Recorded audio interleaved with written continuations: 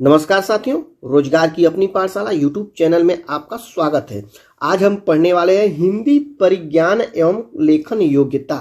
ये टॉपिक आपके वीडियो भर्ती जो 1953 पदों पे जो एग्जाम होने जा रहा है उसमें आपका अति महत्वपूर्ण होने वाला है। तो आप लोग अच्छे से इन टॉपिक को पढ़ें। चलिए शुरू करते हैं क्वेश्चन 1 से। यहाँ पे देखिए, यह है उत्साह की गिनती अच्छे गुणों में होती है। किसी भाव के अच्छे या बुरे होने का निश्चय अधिकतर उसकी प्रवृत्ति के शुभ या अशुभ के परिणाम के विचार से होता है। वही उत्साह जो कर्तव्य कर्मों के प्रति इतना सुंदर दिखाई पड़ता है, अकर्तव्य कर्मों की ओर होने का वैसा श्लाघ्य प्रतीत नहीं होता।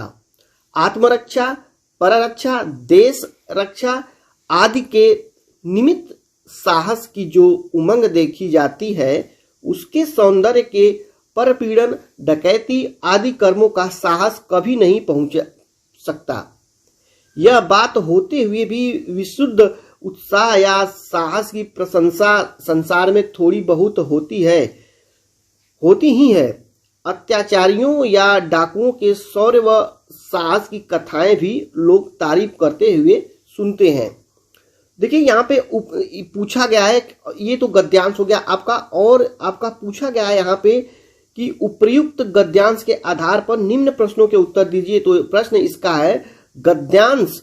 देखिए यहाँ पे गद्यांश का उपयुक्त शीर्षक बताइए। तो इसको हम कैसे ढूंढते हैं? देखिए यहाँ पे पढ़े हम अच्छे से। यहाँ पे देखिए पूरा डिटेल्स दिया है। ऑप्शन पहले दिया है उत्साह, जोश, घमंड, वीरता। तो यहाँ पे देखिए पूरा बात जो कही गई है। देखिए यहाँ पे दिया है उत्साह जो कर्तव्य कर्मों के प्रति इतना सुंदर दिखाई पड़ता है।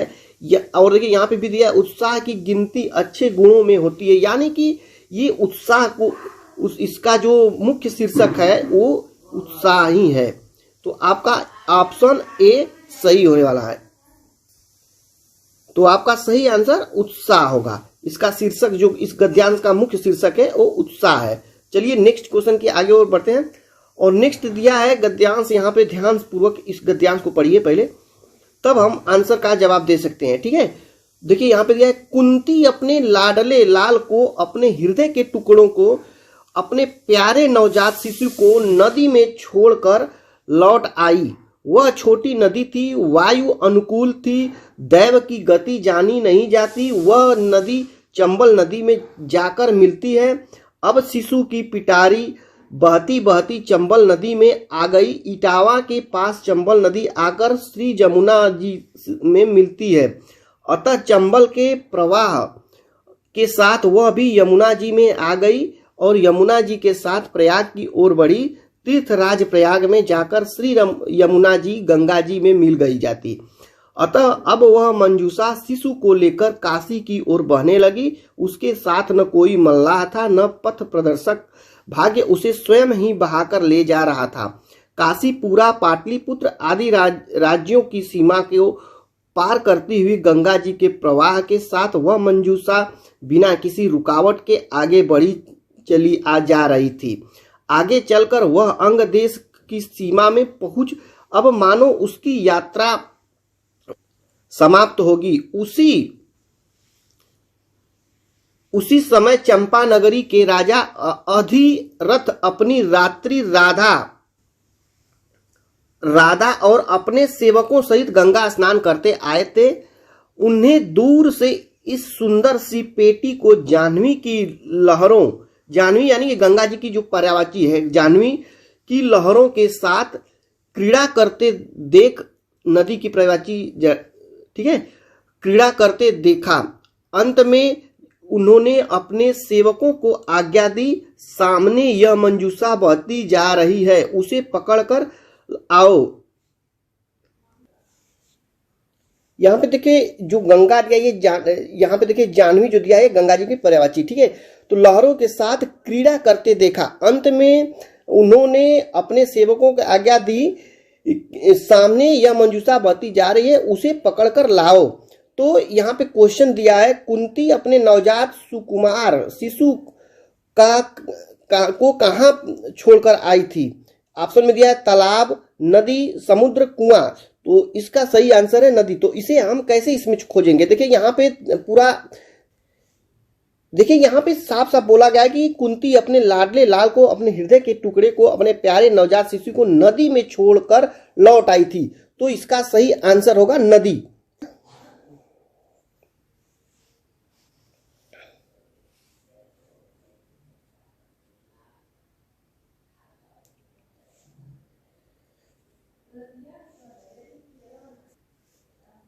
यहाँ पे दिया है मंजूषा को कौन लेकर जा रहा था? तो उसका भाग्य लेकर जा रहा था। यहाँ पे देखिए गद्यांश में पूरा बोला गया है। तो आप सभी लोग गद्यांश को अच्छे से पढ़ेंगे तो आपको पूरा वहां से इस क्वेश्चन का आंसर मिल जाएगा। ठीक है, तो आप लोग यही वहां पे गलती करते हैं पेपर में कि गद्यांश को पहले आप लोग पढ़ते नहीं है, फिर उसके बाद थोड़ा थोड़ा मिलाकर आप टिक लगाते हैं, वही यहाँ पर आते हैं आंसर मिलाते हैं तो गलत साबित हो जाता है आपका। ठीक है, तो ध्यानपूर्वक आप गद्यांश को पहले पढ़ें। और यहाँ पे देखिए राजा अधिरथ ने सेवकों को क्या आज्ञा दी थी? तो उसमें गद्यांश में पूरा बोला गया था। तो मंजूषा को लाने के लिए देखिए यहाँ पे दिया गया है, मंजूषा को लाने के लिए यहाँ पे देखिए उन्होंने अतः अंत में उन्होंने अपने सेवकों को आज्ञा दी थी कि सामने यह मंजूषा बढ़ती जा रही है, उसे पकड़ कर लाओ। तो आप सभी लोग अगर गद्यांश को पढ़ेंगे अच्छे से तो आपको उसका आंसर का जवाब मिल जाएगा। ठीक है, और यहाँ पे देखिए क्वेश्चन 5 बोला गया चंपा नगरी के राजा किसके साथ गंगा स्नान करते आए थे? तो इसमें राधा और सेवक, उसमें गद्यांश में पढ़ेंगे तो आपको पूरा उसमें मिल जाएगा। तो चंपा नगरी के राजा अधिरथ अपनी पत्नी राधा और अपने सेवकों के साथ गंगा स्नान करते आए थे। ठीक है, तो ये जो आपको टॉपिक है आपका, ये जो गद्यांश वाला है आपका यहाँ पे, तो ये बहुत महत्वपूर्ण हिंदी परिज्ञान एवं लेखन योग्यता जो है आपका टॉपिक में बहुत महत्वपूर्ण आपके सिलेबस में होने वाला है इस बार, क्योंकि इसमें एक गद्यांश में 5-5 क्वेश्चन दिए गए हैं। तो इसे आप ध्यानपूर्वक जरूर पढ़ें। जब कोई सरकारी पत्र, ज्ञापन या कार्यालय ज्ञापन एक साथ अनेक प्रेषितियों को भेजा जाए तो उसे क्या कहते हैं? तो उसे परिपत्र कहते हैं। जब कोई सरकारी पत्र, कार्यालय अपना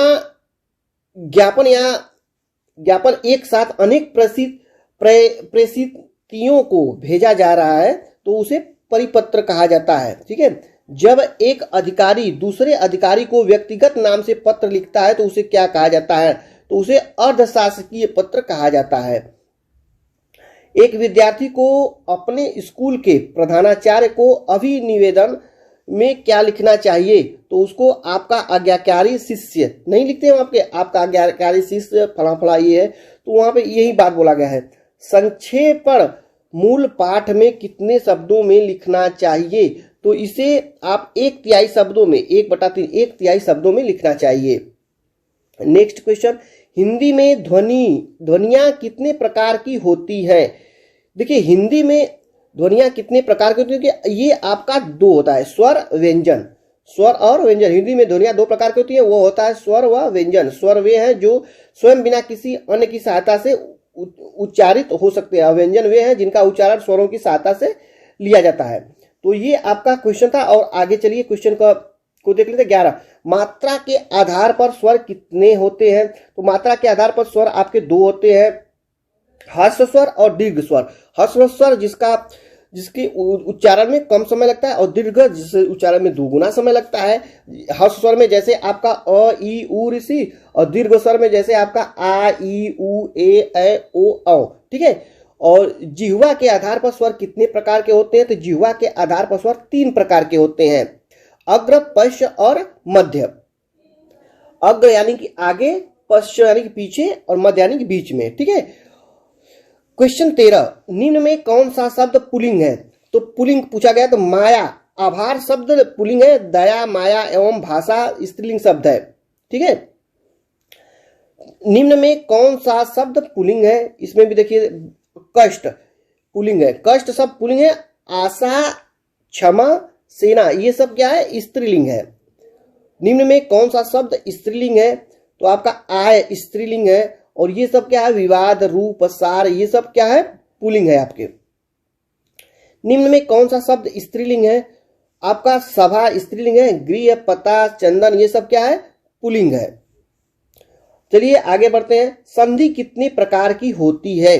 देखिए ये इसमें आपका एकदम हिंदी में आपका ये महत्वपूर्ण, एकदम अति महत्वपूर्ण क्वेश्चन है वीडियो भर्ती के लिए, तो ये आप टॉपिक जरूर से जरूर पढ़ें। और सभी लोग चैनल पे नए हैं तो जल्दी से सब्सक्राइब करके बेल आइकन को ऑन कर लीजिए, ताकि आपको ऐसे ऐसे क्वेश्चनों का नोटिफिकेशन वीडियो के संबंधित आपको तुरंत मिल जाए। संधि कितने प्रकार की होती है? संधि 3 प्रकार की होती है, स्वर संधि, व्यंजन संधि और विसर्ग संधि। सदानंद का संधि विच्छेद कीजिए। सदानंद मतलब सत्य धन आनंद, सत्य धन आनंद, देखिए यहाँ पे दिया है सत्य धन आनंद, सदानंद। आगे चलिए, आगे क्वेश्चन देखते हैं। पुस्तकालय में कौन सी संधि है? पुस्तकालय में दीर्घ संधि है भाई, इसका आंसर होगा दीर्घ संधि।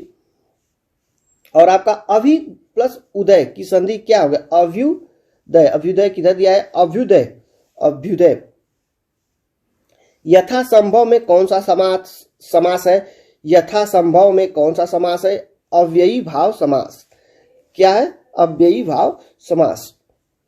आगे चलिए, आगे देखते हैं क्वेश्चन नंबर 22। परमेश्वर में कौन सा समास होता है? परमेश्वर में आपका कर्मधारय समास होता है।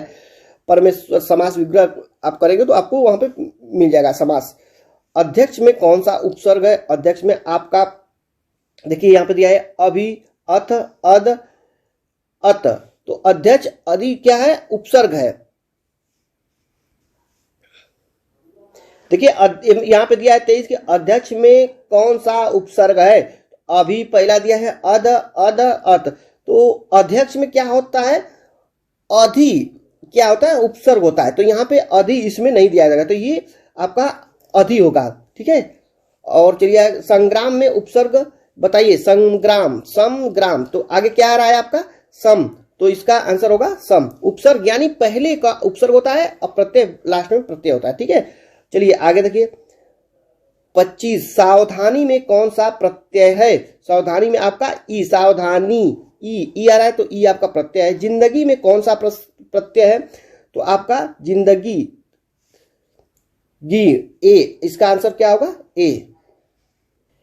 तो ये रहा आपका 25 अति महत्वपूर्ण हिंदी परिज्ञान एवं लेखन योग्यता के क्वेश्चन, वीडियो भर्ती 1953 पदों पे जो एग्जाम होने वाला उसके संबंधित। तो ये आपका ऐसे क्वेश्चन और आपके कराए जाएंगे चैनल के माध्यम से, तो आप लोग फटाफट चैनल को सब्सक्राइब करो, बेल आइकन को ऑन कर लीजिए और सभी स्टडी ग्रुप में शेयर कर दीजिए, ठीक है। फटाफट जुड़ जाए।